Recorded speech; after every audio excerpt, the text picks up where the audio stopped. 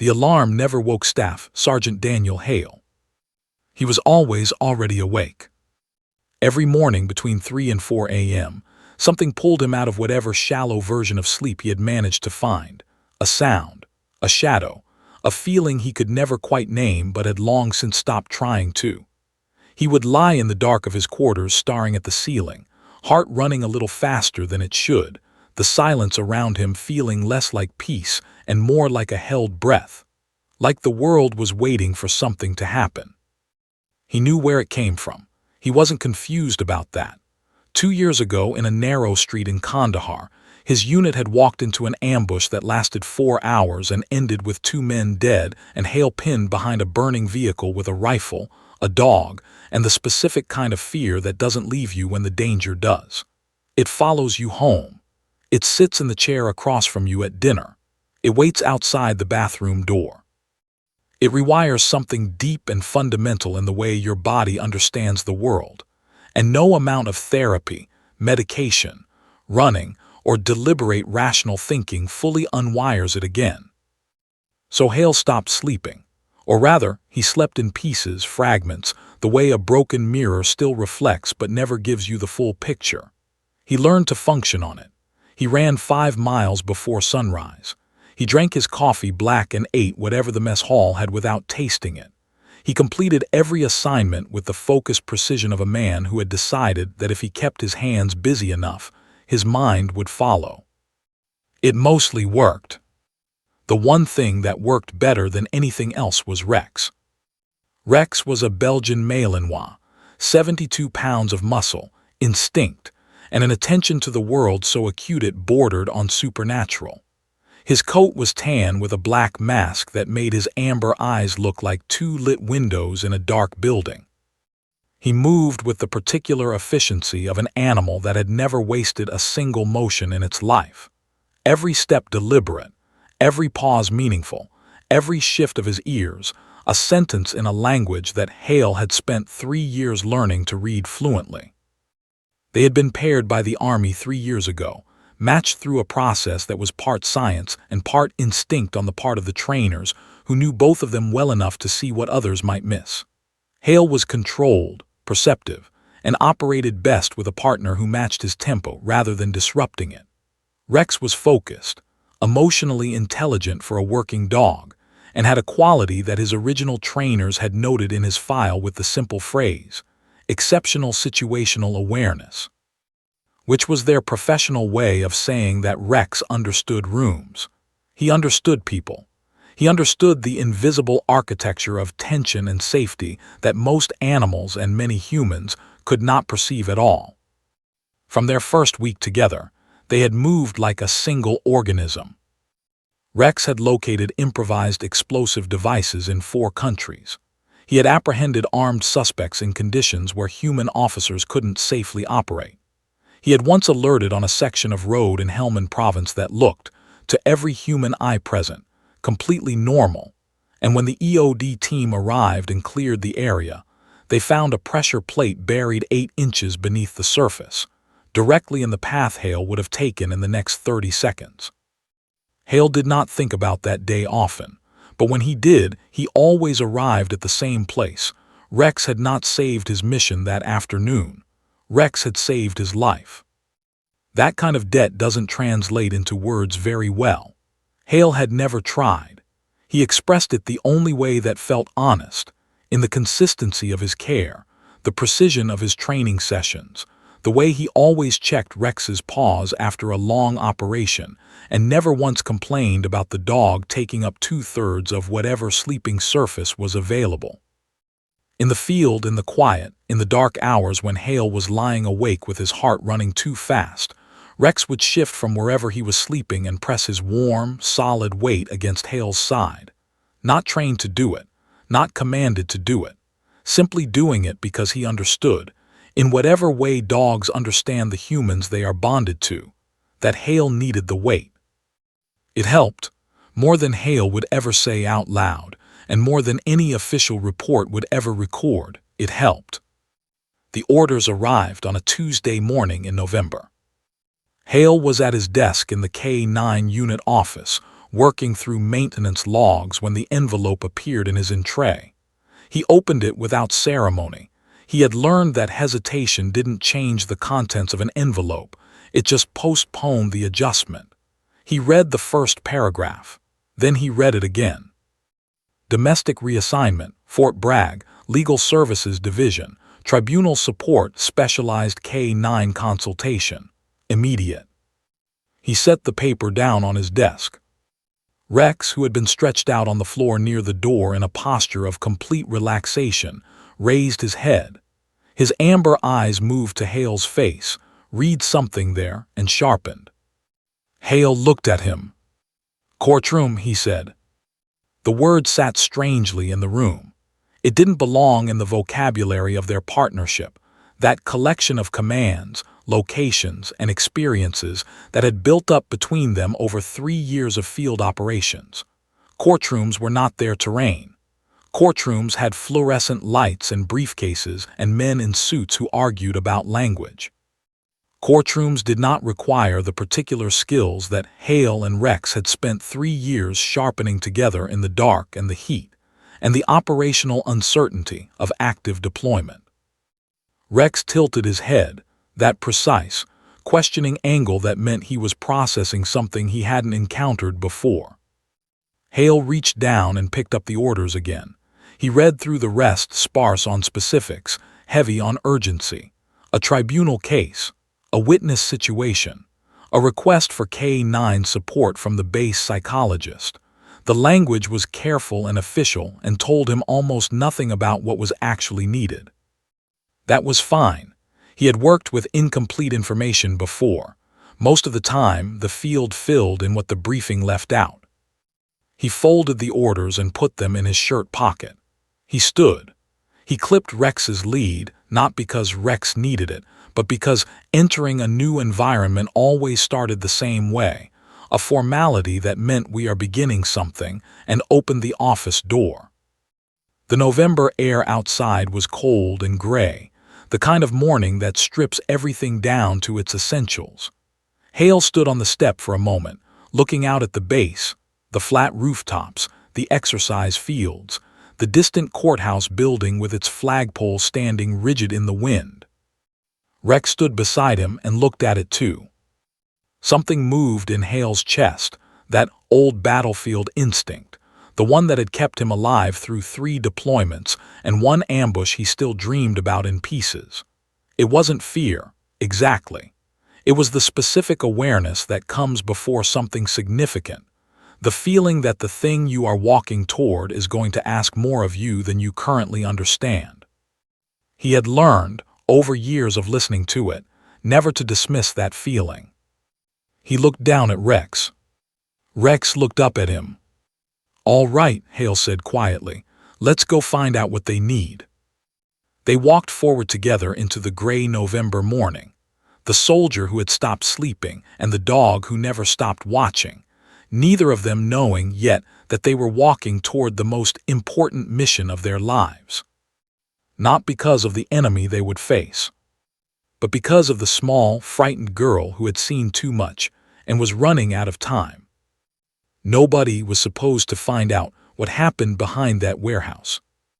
That was the understanding, unspoken, unwritten, existing in the space between powerful men the way certain agreements always do, carried not in documents but in glances, in carefully chosen silences, in the shared knowledge that everyone at that meeting had as much to lose as everyone else. It was the kind of understanding that had held before. It would hold again. These were men who had navigated the machinery of military power for decades, who understood that the difference between a secret and a scandal was simply a matter of who found out and when. What they had not accounted for, what none of their careful planning, their contingencies, their layers of insulation had considered for even a single moment, was a stray cat, and the stubborn, quietly fierce 9-year-old girl who had decided that the cat was her responsibility. Maya Torres had been feeding the cat for 3 weeks before the night everything changed. She had first spotted it in early October, a thin, gray-striped animal with one torn ear and the wary, evaluating eyes of something that had survived by trusting nothing. It was living behind the supply warehouse on the east side of the base, surviving on whatever it could find in the gap between the dumpsters and the chain-link fence. Maya had noticed it on the walk home from school, through the shortcut her mother had told her not to take, and that she took every single day regardless. She had gone home, made a small package of leftover chicken from dinner, and brought it back the following evening. The cat had not come close. It watched her from behind the dumpster with those careful, measuring eyes, waiting until she set the food down and stepped back before approaching. Maya understood this without needing it explained. Some things needed you to prove yourself before they trusted you. She was patient with that. She could wait. By the third week, the cat was eating while she was still there. By the end of October, it would sit 2 feet from her while she crouched in the shadow of the warehouse wall and talked to it quietly about her day, about school, about the book she was reading, about the way the base felt different lately, tense in a way she couldn't name but could feel the way you feel weather changing before you can see it in the sky. Her father had been different lately too. Colonel Raymond Torres was not a distant man by nature. He was serious, structured, careful with his words the way military men often are, but he had always been present with Maya in the ways that mattered. He came to her school events. He knew the names of her teachers and the titles of the books on her nightstand. He asked real questions and listened to the real answers. But in the weeks leading up to November, something had shifted in him. He was quieter at dinner. He checked his phone with a frequency and attention that he poorly concealed. He woke early and came home late and sometimes stood at the kitchen window after he thought Maya was asleep, looking out at nothing, his coffee going cold in his hand. Maya noticed all of it. She always noticed. It was simply how she was built, observant, attentive, filing things away in the orderly library of her mind, without necessarily knowing yet what they meant. She had not connected her father's changed behavior to what she saw behind the warehouse on the night of November 4th. Not at first. She had left the house at 11:15, later than usual. Her mother was asleep. Her father wasn't home yet. The base was quiet in the way it got after 10 p.m., not abandoned, but settled. The daytime noise pulled back to reveal the underlying hum of a place that never fully went to sleep. Maya took the gap in the fence behind Building 7, the one loose chain link she had discovered in September, and which she privately considered one of her better finds. She moved through the shadows the way she always did, not because she was afraid but because she understood, instinctively, that moving quietly through spaces where you weren't supposed to be was simply good practice. She was 50 feet from the warehouse when she heard the engines. She stopped. No lights. That was the first thing that registered the vehicles were there. She could see the shapes of them, but none of them had their lights on. 3 vehicles, 2 black SUVs parked at angles she didn't immediately understand, and 1 military cargo truck with something covering its identification markings. The covering was dark fabric, fixed with tape at the corners, the edges slightly uneven where it had been applied in a hurry or in the dark. 4 men. 2 in uniform, 2 in civilian clothes, moving between the truck and one of the SUVs with the careful, deliberate efficiency of people performing a task they had rehearsed. Metal cases, the kind with reinforced corners and combination locks, being transferred from the truck's cargo bay into the back of the SUV. No conversation, no radio. The specific, intentional silence of people who understood that sound carried at night and who had chosen not to take that risk. Maya stood completely still behind the edge of the fence, hidden in shadow, her heart beating in a way she had never felt before.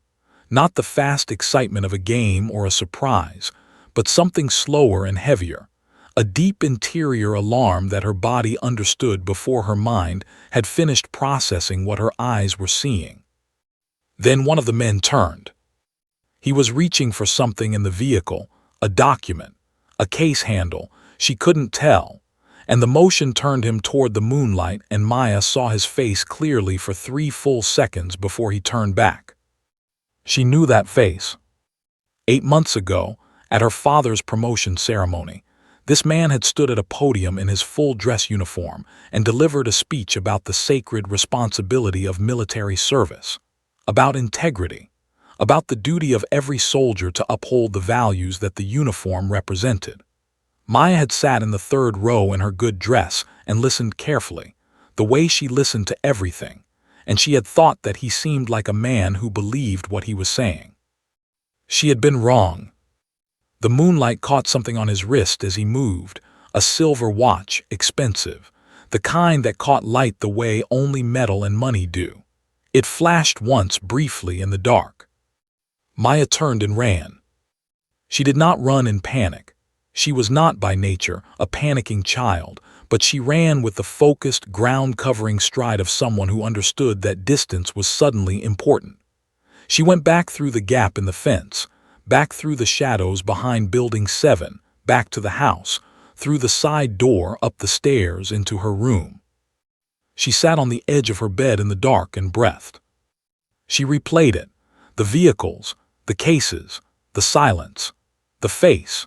She replayed it 3 times, checking her own memory the way you check a calculation, looking for errors, looking for the place where she might have been wrong or confused or seeing something ordinary that only seemed strange because of the hour and the darkness. She found no errors. She knew what she had seen. For 3 days she carried it alone, turning it in her mind, measuring it from every angle. She thought about telling her mother. She thought about telling her father, and then immediately understood, with a cold and sudden clarity, why she could not tell her father.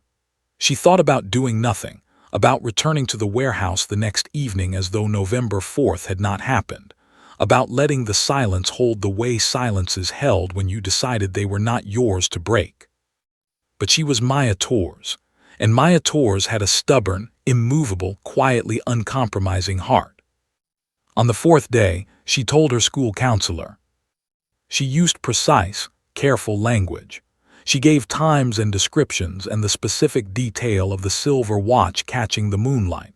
She answered the counselor's clarifying questions directly and without embellishment. When the counselor asked if she was certain, Maya looked at her steadily and said yes. The counselor told the MPs. The MPs told the investigators. The investigators told the prosecution team. And somewhere in that chain, at exactly which link, nobody would ever be able to prove, someone told the wrong person. 2 days later, Maya went to the warehouse after school. The cat was gone, not hiding, not late. Gone, the food she left untouched, the space behind the dumpster empty in a way that had a different quality than simple absence. The specific emptiness of something that has been removed rather than wandered away. Maya stood there for a long moment in the cold afternoon air, looking at the empty space. Then she went home. And she did not speak again for 6 days. The conference room on the 3rd floor of Fort Bragg's Legal Services building had seen a lot of desperate mornings. It was not a remarkable room, long table, 12 chairs, a whiteboard along the far wall covered in case timelines and evidentiary chains that had been rewritten so many times the surface had gone gray with ghost marks. A coffee maker in the corner that ran continuously and produced something that was technically coffee in the same way that a photocopied painting was technically art. Fluorescent lights that buzzed faintly at a frequency, just below conscious irritation, but well within the range that made long sessions feel longer. Major Glenn Forsyth had spent more hours in this room over the past 3 weeks than he had spent in his own quarters. He knew the exact pitch of the light fixture buzz. He knew which chair wobbled. He knew the particular quality of silence that settled over his team at the end of another failed session with Maya Torres. A silence that was getting heavier every day, pressing down on all of them with the specific weight of a case that was slipping away in slow motion and taking something important with it. He sat at the head of the table on a Wednesday morning, 11 days before the tribunal was scheduled to begin, and looked at the people around him. Captain Sofia Rivera, his co-counsel, sharp, exhausted, the dark circles under her eyes telling the story of a woman who had been working 18-hour days and losing sleep over the one she missed. Lieutenant Marcus Webb, lead investigator, a former MP with 15 years of experience, and the frustrated look of a man whose evidence was strong but not strong enough to stand alone. Dr. Priya Anand, base psychologist, the only person in the room who still looked calm, though Forsyth had learned to recognize that her calm was not the absence of urgency but the presence of discipline. And two empty chairs where the previous child psychologists had sat before they had, professionally and regretfully, concluded that Maya Torres was beyond their current capacity to reach in the available time frame. Forsyth set down his coffee. "Where are we?" he said. It was not a question, it was the beginning of an accounting. Rivera opened her folder. Physical evidence holds, cargo manifests, cell tower data, the flagged vehicle registration, it all points in the same direction. But the defense will argue alternative interpretation on every single piece. We need the testimony. Without Maya on that stand giving that account in her own words, the physical evidence is compelling but not conclusive. She paused. The defense knows that. They're counting on it. Webb leaned forward. "We've had 6 sessions with her, 3 different psychologists, 2 female investigators specifically requested because the research suggested it might help. We've tried informal settings, structured settings, written communication, drawing exercises." He spread his hands on the table. "She shuts down completely the moment anyone in an official capacity enters the room. Complete withdrawal. It's not defiance, she's not being difficult. She's terrified, and the terror has gone so deep that it's become a kind of wall she can't see over anymore." Forsyth nodded slowly. He had read every session report. He had watched the observation footage, that small figure curled in a chair, knees to chest, eyes fixed on nothing, present in body only while everything that mattered about her had retreated somewhere safe and unreachable. He looked at Dr. Anand. "Tell me you have something," he said. Dr. Anand reached into her bag and placed a folder on the table. She did it without hurry, without drama, with the quiet confidence of someone who had been waiting for this moment and was not going to waste it on theater. "Facility dogs," she said. The room received this in silence. Forsyth opened the folder. Research papers, peer-reviewed, substantial, from trauma therapy programs, veteran recovery units, child advocacy centers across the country and internationally. Photographs of children in courtrooms with dogs beside them on witness stands. Case outcome data. Psychological assessments. 32 states with established legal precedent for the use of facility or courthouse dogs in testimony situations involving child witnesses.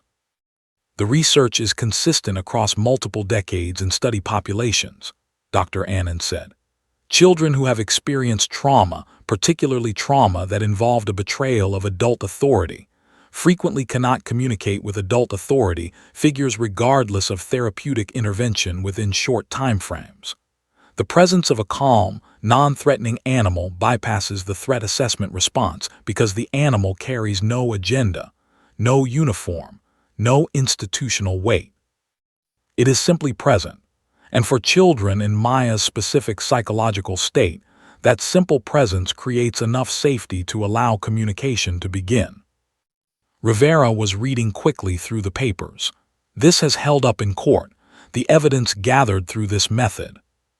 In 32 states, yes, and in several military advocacy contexts, though not yet in a tribunal setting of this specific type. Dr. Anand looked at Forsyth directly, which is why the ruling will require a strong motion and the right judge, but the psychological foundation is sound, and it is, based on everything I have observed about Maya over the past 6 days, our best remaining option. Forsyth closed the folder. He was quiet for a moment, running the angles the way he always did, not because he doubted the information, but because it was his job to find the weaknesses before the defense did. "Which dog?" he said finally. Rex, Dr. Annan said without hesitation. Sergeant Hale's K-9. His file is exceptional not just operationally but temperamentally. His trainers describe him as having unusually high emotional intelligence for a working dog. He reads environments accurately. He is stable under stress. He does not require constant handling to maintain composure. She paused. And his handler has a quality that matters almost as much as the dog's. Which is? He knows when to be quiet, she said simply. Hale was called in at 2 o'clock that afternoon. He arrived in his standard duty uniform, Rex walking at his left boot with the unhurried precision that was simply Rex's natural state of being. They entered the conference room and Hale took the chair across from Forsyth without waiting to be directed to it. The movement of a man accustomed to reading rooms and acting on what he found. Rex sat beside him and surveyed the table with his amber eyes, moving methodically from face to face the way he surveyed every new environment, cataloging, assessing, filing. Rivera watched the dog with undisguised interest. Webb watched him with the evaluating eye of a man who had worked with K-9 units before and knew what he was looking at. Forsyth watched Hale. He had read the sergeant's file before the meeting. Decorated service record, 3 deployments, a commendation for the Kandahar ambush that had, reading between the official language, understated what Hale had actually done to get his team out of that situation. A psychological evaluation from 8 months ago that noted, carefully, professionally, signs of ongoing adjustment difficulty consistent with combat exposure, managed through structured routine and maintained operational effectiveness. A soldier who had been through the fire and come out the other side still standing. Quieter maybe, carrying things, but standing. Forsyth leaned forward. Sergeant Hale, I'm going to be direct with you because we don't have time for anything else. We have a 9-year-old witness who is the cornerstone of a prosecution involving 3 generals and a conspiracy that goes higher than this room. She has not spoken to a single member of our team in 6 days. She has not responded to any therapeutic approach we have attempted. He paused. Dr. Annan believes your dog may be able to reach her in a way that our people cannot. I need to know if you think that's true. Hale was quiet for a moment. Not the quiet of uncertainty, the quiet of a man who gave serious questions serious consideration before answering them. He looked at Rex. Rex was looking at him with those amber eyes, steady, patient, waiting. Rex has worked with traumatized soldiers in the field, Hale said, after operations that went badly, after casualties, men who weren't talking to anyone, not chaplains, not officers, not each other. He paused. Rex doesn't try to fix anything. He doesn't need anything from the person he's with. He just stays. And for people who have been through something that makes the world feel unsafe, that quality, something that just stays without needing anything back, is rarer than most people understand. The room was quiet. I can't promise you she'll talk, Hale continued. I can't promise you a timeline or an outcome. What I can tell you is that Rex has never walked into a room and made things worse. He looked at Forsyth steadily. In my experience, that's more than most people can say. Forsyth held his gaze for a long moment. Then he nodded once. Tomorrow morning, 8 o'clock, room 214. The following morning, Hale arrived 7 minutes early. He did not bring a recorder. He did not bring a notepad. He left his phone in his pocket on silent, and he told the 2 attorneys who tried to follow him down the hallway that they would wait at the observation window or they would not be there at all. They waited at the observation window. Room 214 was small and deliberately informal. A couch, 2 chairs, a low table with a box of tissues, and a half-finished puzzle that someone had started and abandoned. Morning light came through a frosted window and spread soft and diffuse across the floor. Maya was in the chair by the window, knees up, eyes down, a cracker on the table beside her that she had not touched. She had the specific stillness of a child who had learned that stillness was a form of protection. If you didn't move, didn't speak, didn't engage, maybe the next difficult thing would pass over you like weather over a stone. Hale opened the door. Rex entered first. He did not bound in. He did not perform any of the alert behaviors that his training had built into him for operational contexts. He moved the way he moved through every unfamiliar space, slowly, deliberately, low to the ground, reading the air. He crossed the room without sound, navigating the furniture with the fluid economy of a dog that understood space intuitively, and stopped beside Maya's chair. He did not put his head in her lap. He did not nudge her hand. He simply lowered his broad, dark head onto the armrest, 3 careful inches from her knee, and stayed there. Still, warm breathing. In the observation room, nobody moved. Maya's eyes came down from the middle distance. They found Rex. They moved across him slowly, his dark mask, his amber eyes looking up at her without demand, his steady breathing that matched nothing except its own calm rhythm. Her hand came down. Slowly, carefully, the way you reach for something you are afraid might disappear if you move too fast. Her fingers touched the side of his ear. Rex exhaled long, slow, completely unbothered, and did not move a single inch. And Maya Torres, for the first time in 6 days, let her shoulders drop away from her ears. In the observation room, Dr. Annan turned to Forsyth. She did not say anything. She simply looked at him with the quiet authority of a woman who had been right and knew it, and did not need to perform the moment. Forsyth looked through the glass at the small girl and the steady dog. "Give them the week," he said quietly. Nobody argued. Hale had one rule that week, and he enforced it without exception, without negotiation, and without apology. No lawyers, no recorders, no agendas walking through that door. He said it plainly to Forsyth on the first morning, standing in the hallway outside room 214 before the session began, while 2 attorneys hovered behind the major with the anxious, forward-leaning energy of people who were accustomed to being in the room where things happened, and did not enjoy being told they would not be in this one. "If anyone comes through that door with a badge, a recorder, a notepad, or an agenda," Hale said, "we lose her. Not maybe, not possibly, we lose her and we don't get her back." He looked at Forsyth steadily. "Observation window only. You watch. You don't interfere. You don't send someone in to check on progress. You wait." Forsyth looked at him for a long moment. The 2 attorneys behind him exchanged a glance. "And if nothing happens?" Forsyth asked. "Then nothing happens," Hale said. "But something will happen faster with space than it will with pressure. I've never seen it work the other way." Forsyth gave a single nod. "You have the week." Hale turned and opened the door. Rex walked through first. The door closed behind them. The first morning, Maya did not speak. She sat in her chair by the window with her knees pulled up and her eyes tracking Rex with the careful, measuring attention of a child who had learned to evaluate new things from a distance before committing to them. Rex went to his position beside her chair, that same deliberate, unhurried approach, head lowered onto the armrest, amber eyes up, breathing steady, and simply stayed. Hale took his chair by the far wall. He drank his coffee. He looked out the frosted window at the gray morning sky. He did not watch Maya directly, because he had learned early in his time with Rex that being watched, even with kindness, even with good intention, felt like pressure to people who were already carrying more than they could hold.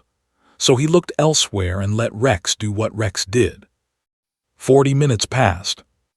Maya reached out and scratched behind Rex's left ear. Rex's tail moved once, a single slow sweep, and then stilled. In the observation room, Rivera grabbed Webb's arm without realizing she had done it. That was the first morning. It was enough. The second morning, Maya talked to Rex for the first time. Not about anything significant. Not about the warehouse or the vehicles or the men in the dark. She talked about a dog her grandfather had owned in San Antonio, a large, quiet mixed breed named Bruno, who had slept at the foot of her bed every summer she visited, who had followed her grandfather from room to room like a slow, devoted shadow, who had died 2 years ago at the age of 14, and whose absence her grandfather still felt every morning when he reached down out of habit to touch the dog that was no longer there. She told Rex that he had Bruno's eyes. Not the color, Bruno's had been brown, but the quality. The way of looking at you that made you feel like the thing you were saying mattered, even when it was small, even when it was nothing, even when you were just a child talking to a dog about something that wouldn't mean anything to anyone except you. Hale, in his chair by the wall, listened without moving. Rex listened without moving. Maya talked for 23 minutes about Bruno, about San Antonio, about her grandfather's kitchen that smelled like coffee, and the particular kind of flour tortillas that her grandmother made, and that nobody else in the world made quite the same way. She talked about summers that felt safe and slow, about a version of her life that existed before the base and the uniforms and the tension that had taken up residence in her father's face like a permanent guest. When she stopped, she looked at Rex for a long moment. Then she looked at Hale. "Does he understand what I'm saying?" she asked. Hale considered this honestly the way she deserved. "I think he understands more than we give him credit for," he said. "Not the words, but the feeling underneath them." He paused. "Rex always knows when someone is sad even when they're not showing it. He knows when someone is scared. He knows when someone just needs to talk and isn't ready to be answered." He looked at the dog. "He's very good at being the right kind of company." Maya considered this with the serious, evaluating attention she gave to everything. "I think Bruno was like that too," she said quietly. "Probably," Hale agreed. She reached out and put her hand on Rex's back, and they stayed like that, the girl and the dog, connected by something simple and enormous, until the session ended. The third morning she asked about fear. It came without preamble, out of a silence that had been comfortable rather than tense. The kind of silence that only exists between people who have moved past the need to fill every gap with noise. "Has Rex ever been scared?" she asked. Hale set down his coffee and gave the question the weight it carried. He thought about the building in Afghanistan, a compound on the edge of a village that military intelligence had flagged as a possible weapons cache, cleared for entry on a moonless night with no external lighting, and the particular dense darkness of a place without electricity. He thought about the way Rex had gone in first, the way he always did, disappearing into the black interior while Hale and 2 other soldiers waited outside with their rifles up and their breathing controlled, and the specific held quality of people waiting for something they couldn't see. He thought about Rex coming back out. Not in alarm, not in the aggressive alert posture that meant contact or explosive detection, but slowly and stopping at the threshold and looking at Hale with those amber eyes in a way that had communicated something Hale still couldn't fully put into language, something between reassurance and solidarity. Something that said, "I went in. I checked. It's hard in there, but we can do it." "Once," Hale said, "there was a building we had to go into in the dark, no lights. We couldn't see anything. Rex went first." He paused, choosing the words carefully. "He came back out and looked at me the same way he's looking at you right now, like he was telling me it was going to be hard but it was going to be okay." Maya's eyes moved to Rex's face. She studied him for a long, quiet moment. "Was it okay?" she asked. "Yeah," Hale said, "it was." She was quiet again. Her hand moved slowly across Rex's back. "I saw something," she said. Her voice was barely above a whisper, not from fear, but from the specific quietness of someone approaching something they have been circling for a long time. "Something I wasn't supposed to see." Hale did not move. He did not reach for anything. He did not change his posture or his expression or the quality of his attention in any way that might signal to her that the temperature of the room had just shifted significantly. "Okay," he said, calm, neutral, the voice of a man with nowhere to be and nothing to prove. Maya looked at Rex. "I haven't told anyone the whole thing," she said. "I told the counselor some of it, but then the cat disappeared and I didn't." She stopped. Her jaw tightened.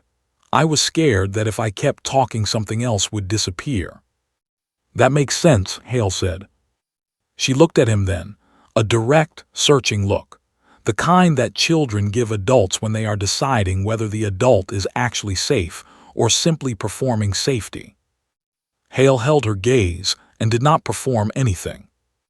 Whatever she found in his face, it was enough. She looked back at Rex. Her hand resumed its slow movement across his back, that steady, grounding contact that had become, over 3 mornings, the physical anchor for everything she was still finding the courage to say. And she began to talk. Not everything came on the 3rd morning. It came in layers, the way truth usually does when it has been held tightly for a long time, released in pieces, each piece making the next one slightly easier to reach. The warehouse came first. The vehicles with no headlights, the deliberate, rehearsed silence of the men moving between them, the cases with the reinforced corners and combination locks, the cargo truck with its markings covered in dark fabric, edges uneven, applied in the dark or in a hurry or both. Then the timestamps. She was precise about them, the kind of precision that comes from a mind that had replayed the sequence so many times it had worn the details smooth and permanent. 11:15 when she left the house, 11:28 when she reached the warehouse. The vehicles had already been there when she arrived. The transfer was already underway. Then the clothing. What each man wore, their approximate height and build, the way they moved, purposeful, practiced, the movement of people performing a task they had done before or had rehearsed until it felt like something they had done before. Then the silver watch. She described it the way she had described it to her school counselor, the moonlight catching the metal as the man turned, the brief, distinct flash of it, the 3 seconds of clear visibility that had burned his face into her memory with the permanent, indelible quality of something witnessed in high contrast. In the adjacent observation room, Forsyth was on his feet before he knew he had stood. Rivera was typing rapidly into her tablet, cross-referencing in real time against cargo manifests, personnel movement records, the flagged vehicle registration that had been buried 6 weeks ago and was now, with Maya's timestamps and descriptions layering over it, beginning to look less like a coincidence and more like a cornerstone. "She's giving us everything," Rivera said, her voice tight and low. Webb was on the phone, already pulling files. Forsyth stood at the observation window and watched a 9-year-old girl with her hand on a dog's back dismantle, piece by careful piece, the carefully constructed protection of 3 of the most powerful men on Fort Bragg. He had been in military law for 19 years. He had seen witnesses crack under pressure and witnesses hold under fire. He had seen testimony that was rehearsed to perfection and testimony that was raw and unpolished and true. He had learned, over those 19 years, to tell the difference between a person performing honesty and a person simply being honest. Maya Torres was simply being honest. She was telling Rex what she had seen because Rex would not use it against her, would not doubt her, would not make her feel the weight of what it meant for the people who would be affected by it. She was telling Rex because Rex would simply receive it, all of it, exactly as it was, and stay beside her without flinching. And Hale, in his chair by the far wall, was listening with the still, disciplined attention of a soldier who understood that the most important thing he could do in this room, in this moment for this child, was absolutely nothing at all. The case that had been dying took its first full breath. And in room 214, Maya Torres kept talking, her voice low and steady and clear, her hand moving in slow circles on the back of a dog who stayed completely still, and the truth moving at last from the place she had been keeping it into the light where it could finally do what truth is supposed to do. The battle for Rex began before Maya ever set foot in the courtroom. It began in paperwork, 3 separate motions filed by the defense team in the span of 4 days, each one sharper and more precisely constructed than the last, each one targeting a different angle of the same argument. That the presence of a military working dog in the courtroom during a child witness's testimony was prejudicial, manipulative, and fundamentally incompatible with the standards of objectivity that military justice required. Colonel Marcus Pierce filed the first motion on a Monday morning. It was 18 pages long, meticulously cited, and argued with the cold, precise intelligence of a man who had spent 23 years making difficult things sound reasonable. Pierce was not a villain. Hale had learned enough about him through the case files to understand that. He was a defense attorney doing exactly what defense attorneys were supposed to do, finding every legitimate legal tool available and using it with maximum effectiveness to protect his clients. The fact that his clients were guilty did not change his professional obligation. The fact that his professional obligation was currently aimed at keeping a 9-year-old girl's testimony out of the record was something Pierce had likely compartmentalized with the practiced efficiency of a man who had done it before. The first motion argued emotional manipulation of the jury panel. The second motion, filed Wednesday, argued that the dog's presence would create an unfair sympathetic association between the animal and the witness in the minds of the jurors, an association that could not be undone by instruction or admonition, and that would fundamentally compromise the objectivity of the panel's deliberations. The third motion, filed Friday, went further. It argued that allowing a trained military working dog, an animal associated in the minds of military personnel with law enforcement, authority, and institutional power, to sit beside a witness was tantamount to placing a symbol of prosecution beside the witness for the duration of her testimony. It argued that Rex was not a neutral presence. It argued that Rex was, by his very nature and training, a statement. Forsyth's team responded to each motion within 24 hours. Rivera wrote the responses, fast, thorough, and increasingly sharp as the week progressed, fueled by the particular energy of a lawyer who understood that she was right and was running out of patience for the argument. The precedents were substantial: 32 states, federal circuits, international military advocacy contexts. The psychological research was consistent and peer-reviewed across multiple decades. The documented outcomes in comparable cases were clear. Children who could not communicate in standard testimony settings had communicated with facility dogs present, and those communications had been upheld on appeal, reviewed for credibility, and found sound. But precedent, Forsyth knew, was only as good as the judge reading it.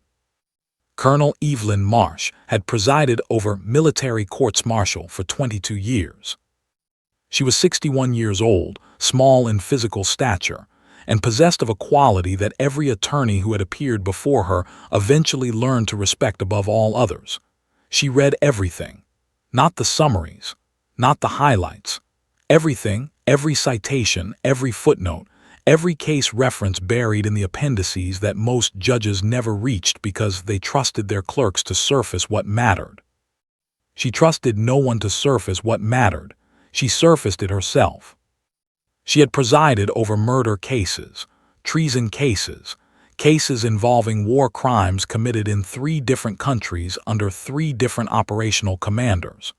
She had sentenced soldiers to death, and she had acquitted officers that most of the base had already convicted in the court of institutional opinion.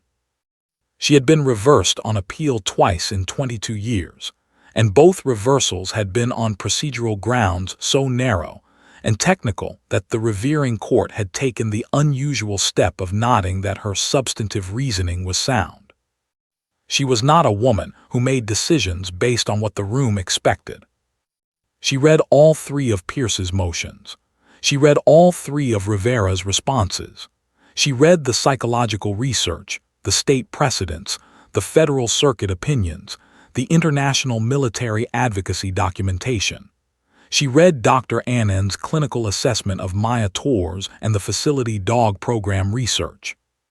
She read Rex's operational file, which she had specifically requested, and which Forsyth had provided within the hour of receiving the request, slightly surprised that she had asked for it.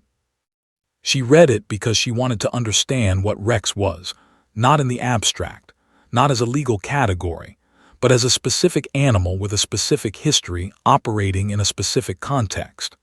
She wanted to know whether the defense's argument that Rex was a symbol of institutional power had any practical merit, or whether it was a legal construction built on a foundation that wouldn't hold the weight of the actual facts. She concluded that it would not hold.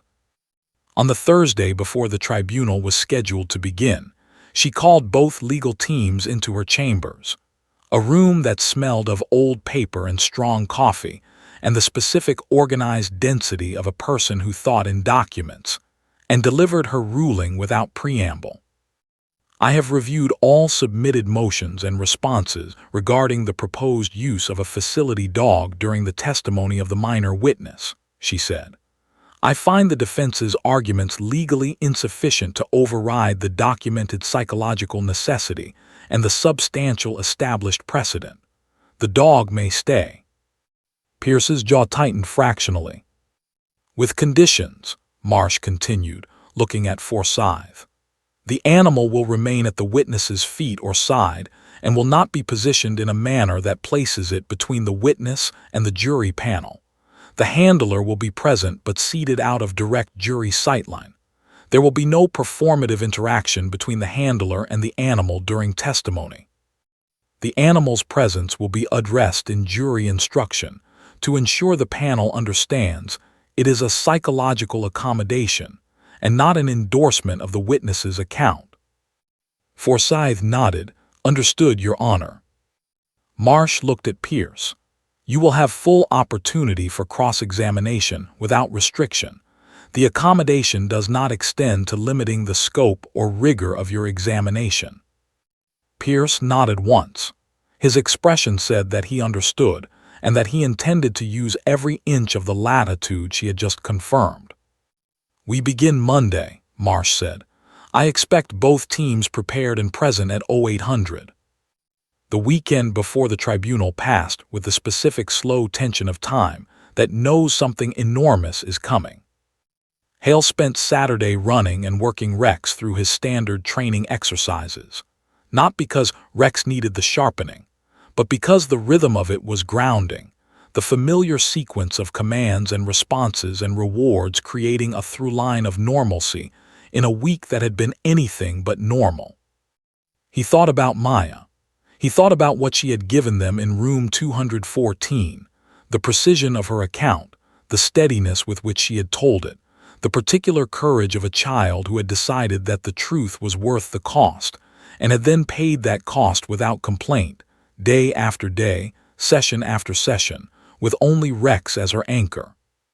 He thought about Monday, the courtroom, the uniforms, the weight of the room she would have to walk into and sit down in and speak clearly inside of, with every person present measuring her words against their interests and their fears and their very human need to find a reason not to believe what they didn't want to be true.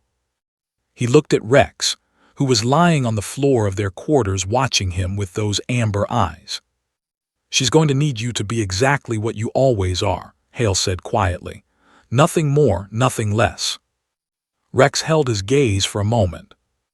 Then the dog lowered his head onto his front paws and exhaled, long, slow, completely unbothered, and closed his eyes. Hale almost smiled. Monday morning arrived gray and cold and absolute. Courtroom be filled with a speed and density that Forsyth had not seen in years. Officers in dress uniforms taking the gallery seats with the precise, structured movement of military people, inhabiting formal spaces, stenographers and clerks setting up their stations with efficient quiet, journalists who had cleared the exhaustive credentialing process, finding their designated positions along the side wall. The three generals entered through a side door with their defense team and took their seats at the defense table. They were impressive men, even now. Decades of command had built into them a physical authority that was almost architectural. The set of their shoulders, the economy of their movements, the practiced composure of people who had given orders that moved thousands and had learned long ago to control every visible signal their bodies sent to the world. Their uniforms were immaculate. Their chests were heavy with the accumulated hardware of long and decorated careers. But that morning, in the minutes before the doors at the back of the courtroom opened, their composure was working harder than it usually did. Forsyth noticed it, the slight forward lean of one, the careful stillness of another that was too deliberate to be natural, the third who had turned his water glass 90 degrees and then turned it back, and then turned it again without appearing to notice he was doing it. They were afraid. They had reason to be. The doors at the back of the courtroom opened at 8:47. Maya Torres walked in. The room changed before she had taken 3 steps. It changed the way rooms change when something enters them that reframes everything already present, not with noise or drama or the force of a statement, but with the quiet, undeniable authority of something simply true. She was small. Smaller than anyone who had read only the case files and the reports had imagined.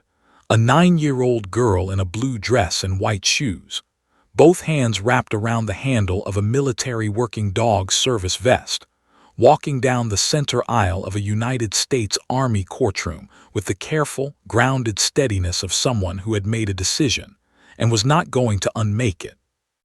Rex walked beside her. Head level, gait perfectly steady, amber eyes forward with the focused, operational calm that Hale had watched him carry into burning buildings and mined roads and the dense, uncertain dark of foreign conflicts. He walked now through a courtroom full of uniforms and power and the accumulated institutional weight of the United States military justice system, and he understood it the way he understood all missions, completely and without flinching. Every conversation stopped. Not gradually, all at once like a conductor's cut, every instrument silencing simultaneously. Every pen went still. The general with the silver watch, the one whose face Maya had seen in the moonlight behind the warehouse, looked down at the table in front of him and did not look up again. One of the jurors, a master sergeant with 2 combat tour and a chest of his own decorations, pressed his lips together and fixed his eyes on the ceiling with the careful deliberateness of a man managing something he hadn't expected to need to manage. The court reporter's hands paused above her keyboard. The fluorescent lights buzzed faintly in the sudden, total silence. Maya walked the full length of that aisle without hurrying and without slowing, Rex beside her, their footsteps the only sound in a room that had collectively stopped breathing. She reached the witness stand. She climbed the 2 steps, 1, 2, and settled into the chair with the careful, self-contained movement of a child who had practiced being small in large spaces and had decided, somewhere in the past week, that she was finished practicing. Rex settled at her feet without a command. He lowered his body deliberately, positioning himself between her and the open floor of the courtroom, his head between his front paws and his eyes up, watching, always watching, the room that surrounded her. She placed her hand on his back. She looked up. The courtroom, all those uniforms, all those faces, all that power and fear and consequence arranged in rows before her, looked back. And Maya Torres did not look away. Forsyth rose from his chair slowly. He had prepared his opening question 17 times over the weekend. He had refined it, stripped it down, rebuilt it, stripped it again until it was as simple and as open as he could make it, a door, not a direction. Something she could walk through in her own way at her own pace. He looked at her across the silent room. "Maya," he said. His voice was gentle and steady and carried exactly the weight it needed to carry. "Can you tell the court what you saw on the night of November 4th? The courtroom held its breath. Rex's ear moved just slightly, just fractionally, toward the sound of her voice beside him. Maya looked at the room for one more moment. Then she looked at Rex. Then she looked at the room again, and something settled in her face, some final internal negotiation completing itself behind her eyes, some last small piece of courage finding its place beside all the other pieces she had been quietly assembling for weeks. She took one breath. And then she began. Her voice was quiet. Not the quiet of fear, though fear was present, threaded through her like a current beneath still water, invisible from the surface but moving constantly underneath. It was the quiet of someone who had decided that what they were about to say mattered more than how it felt to say it. The quiet of a choice made and held. In a room that's silent, it reached every corner without effort. She started at the beginning, not the beginning of what she had seen, but the beginning of that night. The small, ordinary details that preceded the extraordinary ones. She described leaving her house at 11:15, the way the air smelled when she stepped outside, cold and faintly damp, the kind of November night that made your breath visible in small clouds. She described the path, the gap in the fence behind Building 7, the shadow of the maintenance shed on her left, the particular sound her shoes made on the ground as she moved away from the lit areas of the base toward the unlit east side. She described it all with the precise, unhurried clarity of someone who had replayed it so many times in the dark that every detail had been worn smooth and permanent, not rehearsed, not performed, but simply known, the way you know the layout of a room you have lived in long enough to navigate in the dark. The courtroom listened. Not politely, not with the professional attention of people performing interest, with the full, involuntary absorption of people who had been caught completely off guard by what was happening in front of them. A 9-year-old girl in a blue dress, one hand resting on the back of a dog, dismantling the carefully constructed silence of powerful men with nothing more than the truth told plainly. She described the warehouse. The east wall where the light from the base's perimeter system didn't reach, where the shadow was thick and unbroken, and where the gap between the warehouse wall and the chain-link fence created a natural pocket of concealment that she had been using for weeks to approach the cat without being seen from the road. She described the vehicles. 2 black SUVs positioned at angles that blocked sightlines from the main access road, not randomly parked, she said, but deliberately arranged, the way you arrange things when you have thought carefully about who might see you. One military cargo truck facing out, engine off but warm. She could feel the heat coming off it when she was close enough, a faint animal warmth in the cold air. The markings on the truck's side covered with dark fabric, fixed imperfectly at the corners, lifting slightly in the wind at the bottom left edge. She described the men, 4 of them, 2 in uniform, 2 in civilian clothes, moving with the specific, practiced efficiency of people performing a task they had either rehearsed or done before. No wasted motion, no conversation, no checking of phones or watches or faces.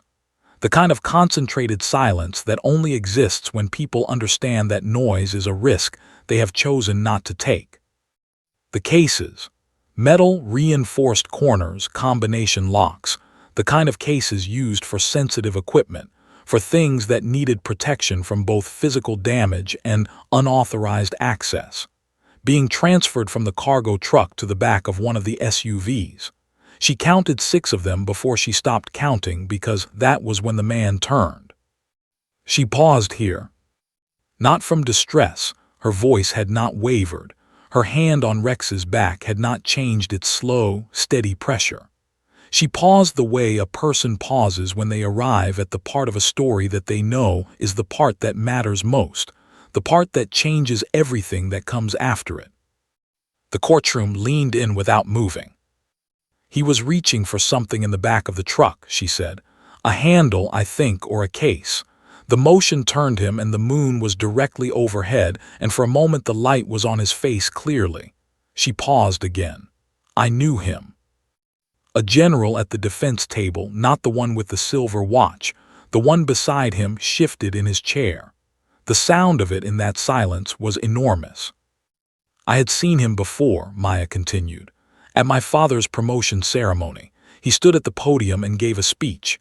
He talked about honor and the responsibility of service and what it meant to wear the uniform. She looked at the jury panel for a moment, direct, unperforming, simply factual. I remembered his face because I thought he spoke well. I thought he seemed like someone who meant what he said.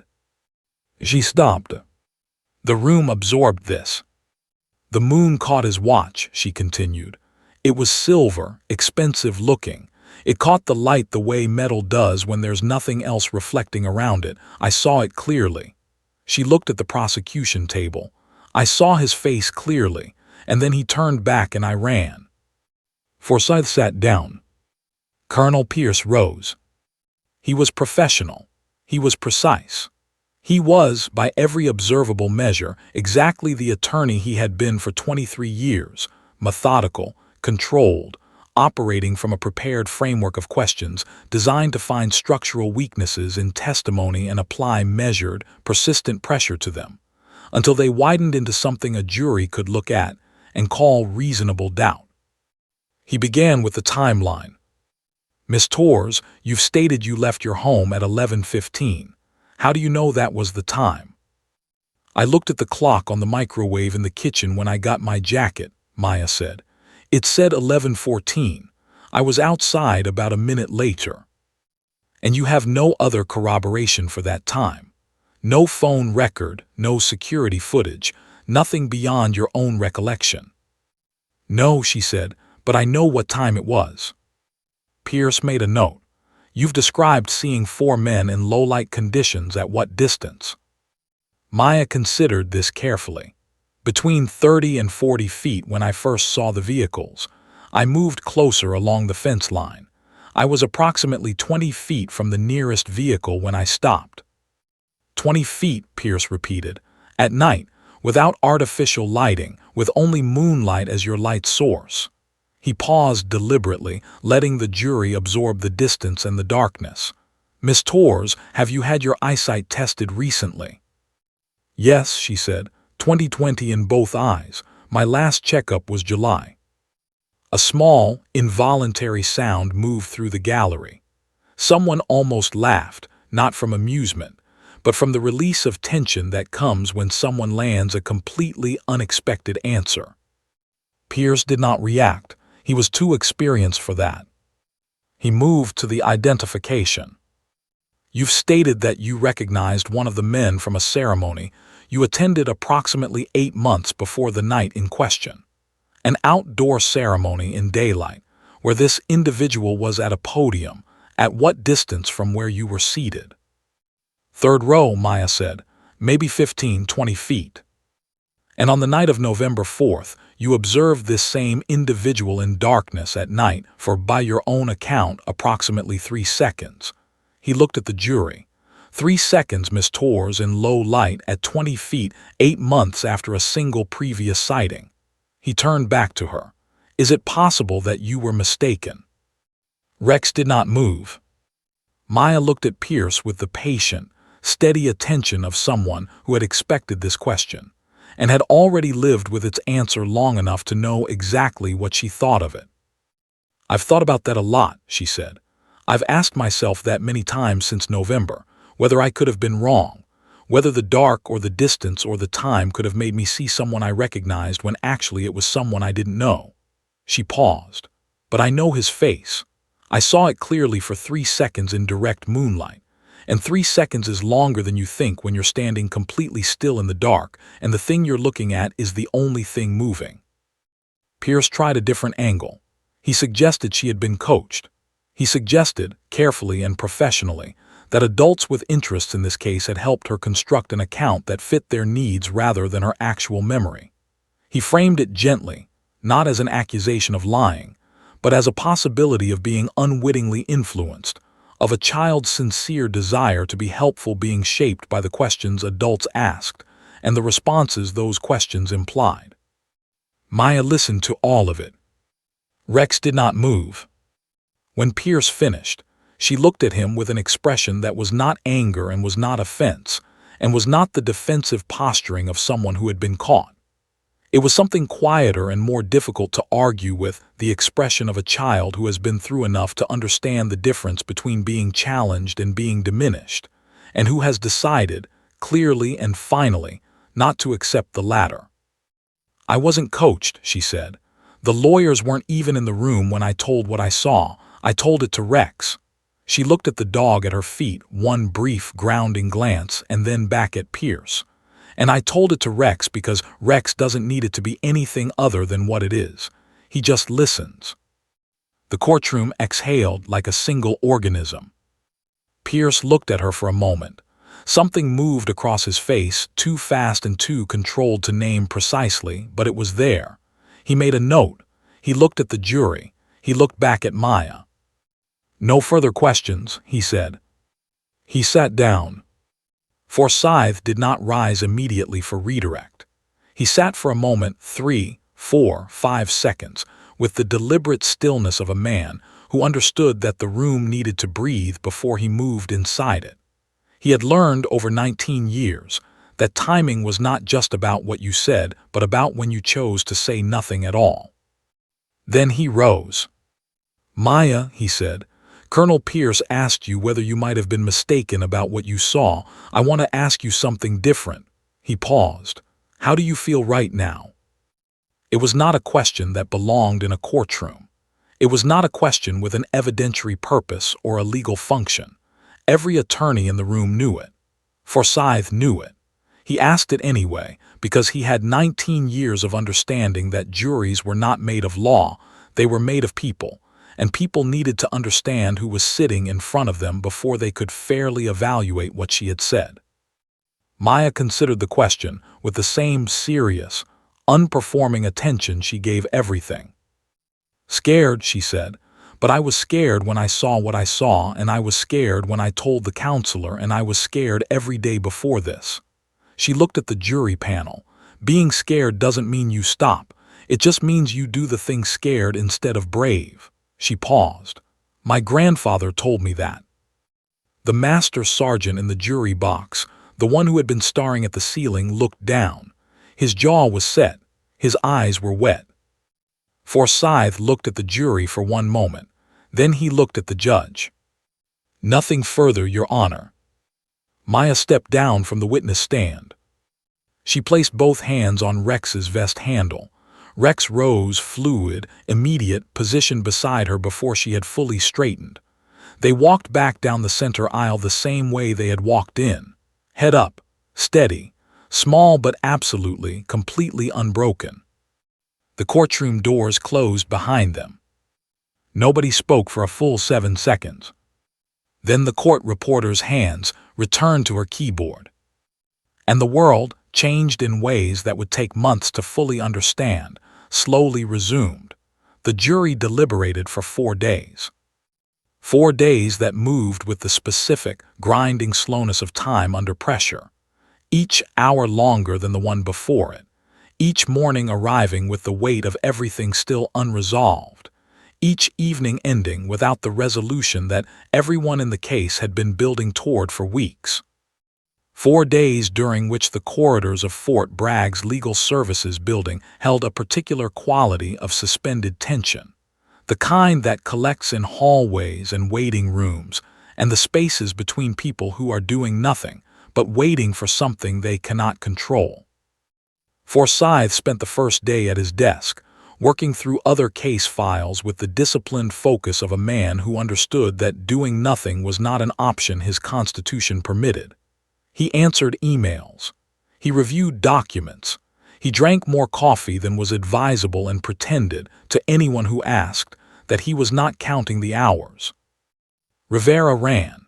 She had always run when she needed to think, long, early morning routes through the base that she had mapped and remapped over her 2 years at Fort Bragg, until she knew every road and path the way she knew case law. By feel, by memory, by the accumulated weight of repetition. She ran on the first morning of deliberations, and on the second, and on the third. And on each morning she came back to the office slightly less tightly wound than she had left it, which was the best that could be said for the situation. Webb sat at his desk and reorganized his evidence files for the 3rd time. He was not a man who admitted to anxiety. He expressed it instead through the relentless ordering and reordering of things that were already in order, a quality that his colleagues had learned to read as an accurate emotional barometer. His desk's level of organization running in precise inverse proportion to his internal state. Dr. Anand checked on Maya. Maya, by all accounts, was doing better than anyone else connected to the case. She was staying in protected family housing on the base with her mother, a quiet, exhausted woman named Carmen Torres who had spent the past 3 months navigating the impossible terrain between loyalty to her husband, fear for her daughter, and the dawning, terrible understanding that those two things were pulling in directions that could not both be followed. Carmen Torres had made her choice when she sat in the observation room and watched her daughter testify. She had not spoken during the testimony. She had not moved, but when it was over and Maya had walked back through the door, Carmen had gone to her knees on the floor and held her daughter for a long time without saying anything at all. Maya visited Rex every morning during the deliberations. It was not an official arrangement. No one had scheduled it. No one had authorized it in writing. Hale simply showed up at the family housing unit at 8 o'clock each morning with Rex, and Maya came to the door in her school clothes with her book bag over one shoulder, and they walked together to the K9 unit common area where Maya sat with Rex for an hour, while Hale drank his coffee in his chair by the wall, and the world outside continued its complicated business. On the third morning of deliberations, Maya asked Hale what he thought would happen. Hale considered the question seriously, the way he always did with her. "I think the truth you told in that room was clear enough that 12 people can see it," he said. "But I also think that 12 people seeing something clearly and 12 people agreeing on what to do about it are two different things, and the second one takes time." Maya thought about this. "Are you worried?" Hale looked at Rex, who was lying with his head in Maya's lap, eyes half closed, entirely unbothered by the weight of the world outside the room. "Rex isn't worried," Hale said. Maya looked down at the dog. She scratched behind his ear. "Rex doesn't have to worry," she said. "He already did his part." Hale almost smiled. "So did you." She was quiet for a moment, her hand moving slowly across Rex's back. "My dad called last night," she said. Hale did not respond immediately. He waited, giving the sentence room to be followed by whatever needed to follow it. "He said he was sorry," she said. Her voice was even and careful, the voice of a child processing something enormous with the limited but surprisingly resilient tools available to a 9-year-old who read above her grade level, and had spent the past 3 months learning things about the world that most adults never had to learn. He didn't say sorry for what, just sorry. "How did that feel?" Hale asked. She considered it. "Like when you apologize for something but you can't actually undo it," she said. "So the apology is real but it doesn't fix the thing." Hale nodded slowly. "Yeah," he said, "that's exactly what that is." She looked at Rex again. "I told him I knew," she said, "and then I said goodbye and I hung up." She paused. "Is that okay?"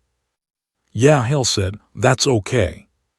She nodded once, as though filing the confirmation in the same orderly library where she kept everything else, and went back to scratching Rex's ear. On the second day of deliberations, something happened that no one had predicted. Sergeant First Class David Caldwell walked into the prosecutor's office at 2:17 in the afternoon, asked the receptionist for Major Forsyth, and sat in the waiting area with his hands folded on his knees and the expression of a man who has been carrying something heavy for a long time and has finally decided that the weight is no longer worth what it costs. Caldwell was a logistics sergeant, 15 years of service, 2 overseas deployments, a record that was clean and competent and entirely unremarkable in the way that most good soldiers' records were unremarkable. He had been tangentially connected to the supply chain that intersected with the November 4th delivery. Connected loosely enough that the investigators had interviewed him in the early stages and found nothing definitive, loosely enough that he had stayed below the threshold of active suspicion. He had stayed silent for 3 months. Not from loyalty to the generals. He felt no particular loyalty to men that far above his pay grade, Men who had never known his name or his face or anything about him beyond the logistical function he represented in their planning.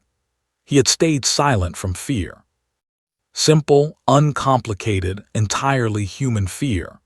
The fear of a man who understood that the people involved had the power to end his career, his pension, and potentially his freedom if they chose to apply it, and who had spent 3 months calculating whether speaking was worth that risk. He had watched Maya testify through a monitor in a side room, a screen set up for base personnel with relevant case connections who were required to remain available during the tribunal, but were not permitted in the courtroom itself. He had watched a 9-year-old girl sit in a witness chair and tell the truth in front of 3 generals and a room full of institutional power that was arranged, in every practical sense, against her. And something in him had come loose. Not dramatically, not with the force of a sudden conversion or a moment of blazing moral clarity. Quietly, the way things shift when they have been under pressure long enough that the structure holding them in place finally gives way.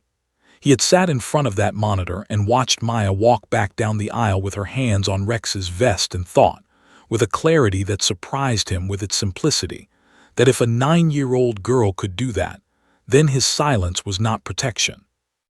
It was cowardice wearing the costume of self-preservation. He sat in Forsyth's office for 2 hours. He gave a statement that corroborated Maya's account at 6 specific and independently verifiable points. Cargo manifest irregularities. He had been instructed to overlook vehicle movement records he had been asked to modify.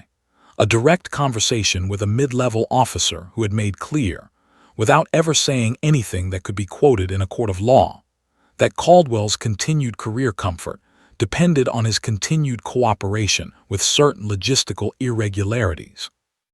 Rivera, sitting across from him with a recorder running and her legal pad filling steadily, looked up at one point and caught Forsyth's eye across the room. The look they exchanged lasted less than a second and communicated everything. The verdict came on the 4th day at 2:45 in the afternoon. The courtroom filled again with a speed that spoke to how closely the base had been watching, seats taken within minutes of the notification going out.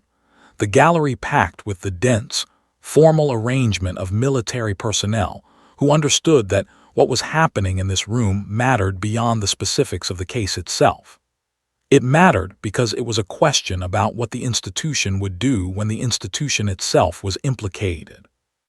It mattered because the answer would say something about accountability, about the reach of the law, about whether the machinery of military justice could turn its gaze inward with the same rigor it applied outward.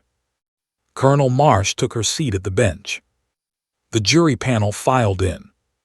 The foreperson, a lieutenant colonel with 20 years of service, and the composed, deliberate bearing of someone who had spent the deliberation period taking the responsibility of the role seriously, stood at the panel table and faced the bench. Marsh looked at her. On the charge of conspiracy to commit fraud against the United States government, how does the panel find? The lieutenant colonel's voice was clear, and even and carried without amplification. Guilty. One of the generals closed his eyes. On the charge of dereliction of duty in the performance of official responsibilities, how does the panel find? Guilty. The general with the silver watch, the one whose face Maya had seen in the moonlight, the one whose careful speech about honor and integrity had played in Maya's precise memory as the backdrop against which everything she subsequently witnessed was measured, sat completely still. He did not look at his attorneys. He did not look at the jury. He looked at his hands, folded on the table in front of him, and for a long, unguarded moment his face showed something that none of his medals or his rank or his decades of practiced composure could conceal. He looked like a man who understood, finally and completely, what he had done. On the charge of conduct unbecoming an officer and a gentleman, how does the panel find? Guilty. 3 times, 3 generals, 3 words. They landed in the room with the weight of stones dropped in still water. The sound of impact followed immediately by the spreading, unstoppable movement of consequence outward in every direction. The sentences were handed down over the following 90 minutes. Forced retirement, loss of pension, federal incarceration for the two whose involvement was most direct and most documented. Career endings delivered in the formal, structured language of military justice, each word precise, each consequence measured, the machinery of accountability doing what it was built to do when it was not prevented from doing it. Outside the courthouse, the story reached the wire services before Forsyth had finished gathering his files. Congressional committees issued requests for briefings within the hour. The Pentagon released a statement that said everything necessary and nothing more. News crawlers across the country moved the names of the convicted beneath photographs of the courthouse entrance, beneath graphics explaining the charges, beneath the spinning, insatiable apparatus of public information. Maya's name appeared nowhere. The court order protecting her identity held, sealed, enforced, defended with the collective fierce will of every member of the prosecution team, who understood that the verdict was the end of the legal story, but not the end of Maya's life, and that her life deserved the protection of anonymity now that it no longer needed the protection of silence. Hale heard the verdict from Forsyth, who called him at 3:30. He was in the K-9 unit exercise yard, running Rex through his agility course in the cold afternoon air, the familiar sequence of commands and responses that had always been, for both of them, a way of returning to ground when the ground had been shifting. His phone rang, he answered it. Forsyth said 2 words, "It held." Hale stood in the exercise yard with Rex sitting at his left boot, looking up at him with those amber eyes, reading his face the way he read everything, completely, accurately, without judgment. "Thank you," Hale said into the phone. "Thank your dog," Forsyth said, "and that little girl." Hale ended the call. He stood for a moment in the cold air, looking at nothing in particular, at the flat rooftops of the base, at the flag standing rigid in the wind, at the gray November sky that looked the same as it had looked on the morning he had received his orders, and walked out of his office not knowing what waited for him. He reached down and put his hand on Rex's head. Rex leaned into it, that warm, solid, unhesitating lean that meant everything and required no translation. "Good boy," Hale said quietly. Rex looked up at him. The afternoon held them both in its gray, cold, ordinary light, and for a moment, just a moment, the weight of everything lifted, and what remained was simply this: a soldier and his dog, standing together in the aftermath of something that had mattered, on the right side of a thing that had needed to go right. It was enough. It was more than enough. 6 months passed the way months do in the Army. Fast, indifferent, full of the next thing before the last thing had finished settling. The machinery of military life did not pause for reflection or resolution or the quiet processing of experiences that deserved more time than they were given. It moved forward, always forward, with the relentless, institutional momentum of an organization that measured time in deployments and rotations, and the endless cycling of personnel through assignments that began and ended and began again somewhere else with different faces, and the same fundamental requirements. Hale received his new orders on a Tuesday morning in April. He read them at his desk in the K-9 unit office with his coffee going cold beside him and Rex stretched out on the floor in a patch of morning sunlight, his tan coat warm in the light, his breathing slow, and even in the particular deep relaxation of a dog that understood at some foundational animal level that this moment was safe, and that was enough. Different country, different mission, different darkness shaped around different uncertainties. The details changed. The essential nature of the work did not. It had never changed in 3 years of deployment, and Hale had stopped expecting it to. You went where you were sent. You did what needed doing. You came back if you were supposed to come back, and you trusted your training and your partner and the accumulated discipline of years to carry you through the space between those 2 points. He folded the orders. Rex opened one eye, that amber eye precise and watchful even in the middle of rest, and looked at him. "New mission," Hale said. Rex's ear moved. "Yeah," Hale said, "I know." The week before they shipped out moved quickly and slowly at once, the strange compression of final days in a place that had become, over 6 months, more familiar than he had expected.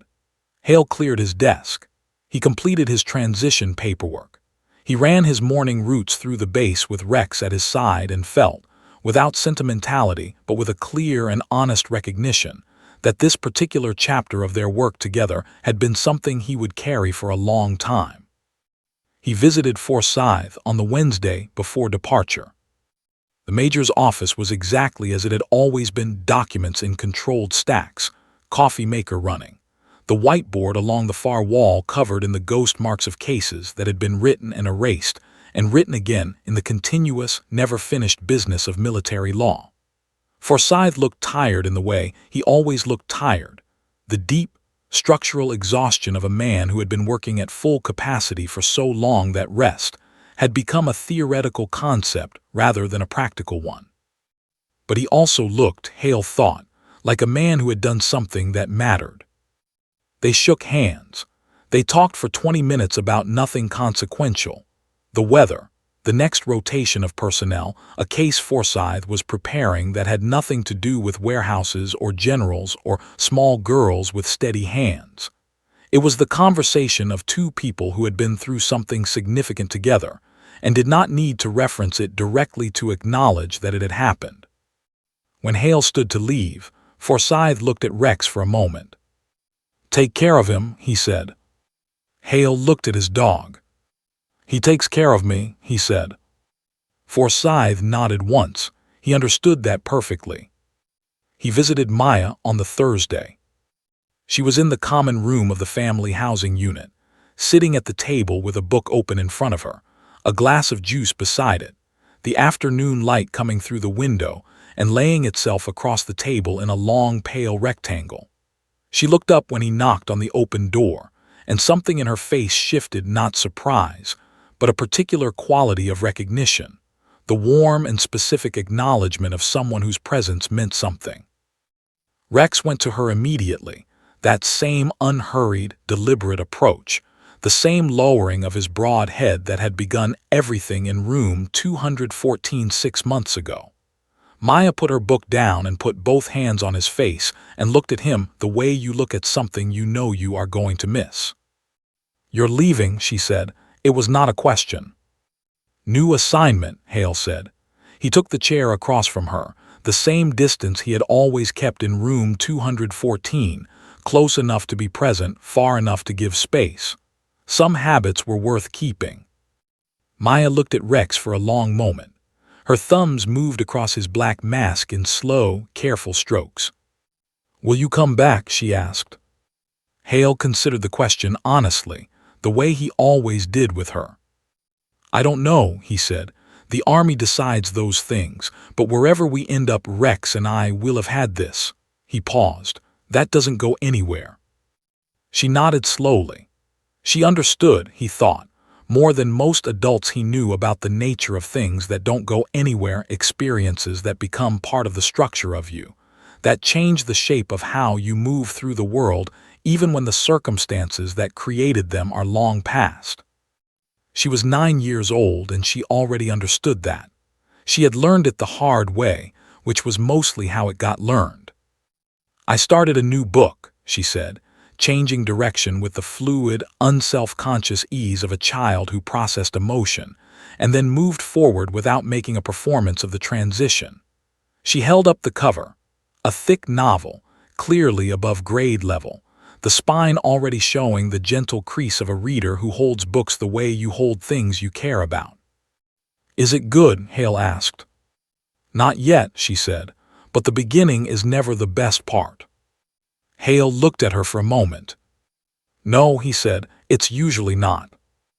They sat in the afternoon light for another half hour, Maya reading, Rex sleeping with his head in her lap, Hale drinking the coffee Carmen Torres had brought without being asked, and watching the light move across the table the way light does when you're paying attention to it. Nobody said anything that needed to be said. Everything that needed to be said had already been said, in a room with a frosted window and 2 chairs, and the truth told slowly over the course of a week that had changed the outcome of something that mattered. When he stood to leave, Maya closed her book. She looked at Rex for a long time, long enough that Rex opened his eyes and looked back at her with those amber eyes, patient and present and entirely unhurried. Then she looked at Hale. "Tell him he was brave," she said. Hale looked at his dog. Rex held his gaze, steady and warm and exactly what he had always been. "He knows," Hale said. Maya nodded. She opened her book again, the practiced, self-contained movement of a child who had learned to carry her feelings without being carried by them. Hale and Rex walked out into the April afternoon. On the Friday before departure, Hale walked one final time through the hallway of the Fort Bragg K-9 unit. He walked it the way he had walked it every morning for 6 months, past the duty roster board, past the framed commendations of dogs and handlers who had served before them, past the equipment lockers and the training schedule, and the operational maps that charted missions in countries most of the base personnel had never visited. He walked it without hurrying, because he was not a man who hurried through things that deserved to be walked through properly. He was nearly at the end of the hallway when he saw it. Someone had hung a photograph. It was positioned between 2 existing frames, not prominently, not announced, simply placed there with the quiet deliberateness of someone who had decided it belonged, and had not needed anyone else to confirm that decision. The frame was standard issue, the kind available from the base supply store for $12, plain wood, glass front, no ornamentation. The kind of frame that said the content mattered more than the presentation. Hale stopped. The photograph was a still frame pulled from the courtroom security footage, grainy at the edges, slightly overexposed in the upper left corner, where the fluorescent lighting had overwhelmed the camera's range. Not a photograph that anyone had composed or chosen or set up for beauty. A photograph that had simply caught something true. Maya Torres on the witness stand. Rex at her feet, head raised, ears forward, amber eyes watching the room with that focused operational calm that was simply his natural state of being, her hand on his back, her face turned slightly toward the jury panel, not performing, not demonstrating courage, not making a statement. Simply there, simply present, simply a child who had decided that the truth was worth telling and was in the process of telling it. The photograph caught something in the quality of her stillness, something that had no single name but that anyone who had been in that courtroom on that morning would have recognized immediately. The particular quality of a person who is afraid and who has decided to do the thing anyway. The particular quality of courage that does not announce itself, because it is too busy being itself to have time for announcement. Beneath the photograph, written in black marker on a strip of white tape fixed carefully to the bottom of the frame, were 9 words. Courage doesn't always come with a rank. Hale stood in front of it for a long time. He did not know who had hung it. He did not need to know. It had been hung by someone who understood what had happened in that courtroom and had wanted it remembered in the specific, physical, undeniable way that things are remembered when they are placed on a wall in a hallway where people walk every day. Not filed in a case archive, not stored in an evidentiary database, placed on a wall, in a frame, where it could be seen. He thought about Kandahar. He thought about the 2 men he had lost in the ambush that had changed him, good men, careful men, men who had understood the work and done it well, and had not come home from the night that everything went wrong. He thought about the years of running before sunrise and the meals eaten alone, and the particular silence of a person who has survived things they cannot fully translate into the language of daily life. He thought about a consultation room with a frosted window and 2 chairs, and a small girl who had not spoken in 6 days, reaching out to touch a dog's ear for the first time. He thought about the weight of a room going silent, the way a courtroom full of uniforms and power and institutional consequence had simply stopped when a child in a blue dress walked down its center aisle with both hands on a dog's vest. The way that silence had felt not empty, not cold, but full, heavy with the specific gravity of people recognizing something they had not expected to recognize. He thought about what Maya had said in the common room the afternoon before. The beginning is never the best part. He looked at Rex, who had been sitting beside him the whole time, patient and present and entirely unbothered by the weight of the moment. Because Rex did not carry moments the way humans did. Rex lived in the moment he was in, completely and without reservation, and trusted that the next one would be navigated when it arrived. Hale reached down and put his hand on Rex's head. Rex leaned into it, that warm, solid, immediate lean that had never once required anything beyond itself. "Good boy," Hale said quietly. The way he always said it. The way that meant, "I see you, I trust you. Whatever comes next, we face it together." Rex looked up at him with those amber eyes and held his gaze for a moment that lasted exactly as long as it needed to last. Then he stood, shook himself once, that full-body, businesslike shake that meant he was ready, and looked down the hallway toward the door. Toward the next thing. Hale looked at the photograph one final time. A small girl, a steady dog, a courtroom that had frozen in the moment before the truth moved through it like light through a window, changing the quality of everything it touched without destroying any of it, without asking permission, without needing applause. Just the truth. Doing what truth does when it finally gets the room it needs. He nodded once, to the photograph, to the memory, to the small and unbreakable person it contained, and then he turned and walked down the hallway toward the door. Rex fell into step beside him. As he always had. As he always would. Outside, the April morning was bright and cold, and full of the indifferent, forward-moving energy of a world that did not stop for endings.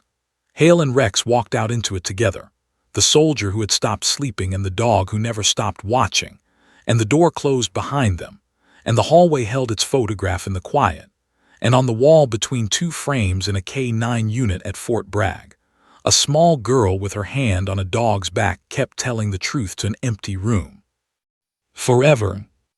The way truth does, when someone finally gives it a place to stand.